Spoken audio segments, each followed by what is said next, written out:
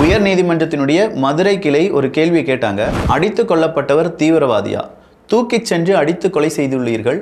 சாதாரண வழக்கில் கைதானவரிடம் எந்த ஆயுதமும் இல்லாத போது இது போன்ற தாக்குதல் நடத்தியுள்ளது ஏன் அப்படின்னு சொல்லி கேள்விகள் வருது. அஜித்குமார் அவர்களுக்கு நடந்தது கொடூரம்.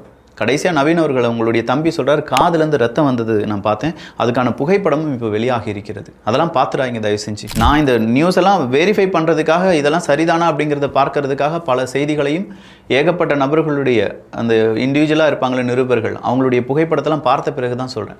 அந்த காதுலேருந்து அந்த ரத்தம் அழிந்தது அப்படியே தெரியுது. தண்ணி கேட்டால் மிளகாப்பொடியை கரைந்த தண்ணியை கொடுத்தார்கள் அப்படின்னு சொல்லி அங்கே இருக்கக்கூடிய அதை பார்த்துட்டு இந்த மாணிக்கம் அப்படிங்கிறவர் தனியார் ஒரு செய்தி ஊடகத்துக்கு செய்தி சொன்னார் அப்படின்னு சொல்லி நக்கீரன் செய்தியை வெளியிடுகிறது. வேற ஒண்ணுமே இல்லை. குமாப்பட்டியா, இன்னைக்கு அந்த குமாப்பட்டி அப்படிங்கிற அந்த ஊரை தேடி எல்லாரும் போறாங்க, வரி வரியா போறாங்க. அங்க ரோடு சரியில்லை, அங்க தண்ணி இல்லை அப்படிங்கிறாங்க. குமாப்பட்டி அப்படிங்கிற ஒரு ஊரை தேடி போனவங்களுக்கு அதெல்லாம் செய்யக்கூடிய நம்முடைய ஊடகத்துக்கு இங்க ஒரு உயிர் போயிருக்கு.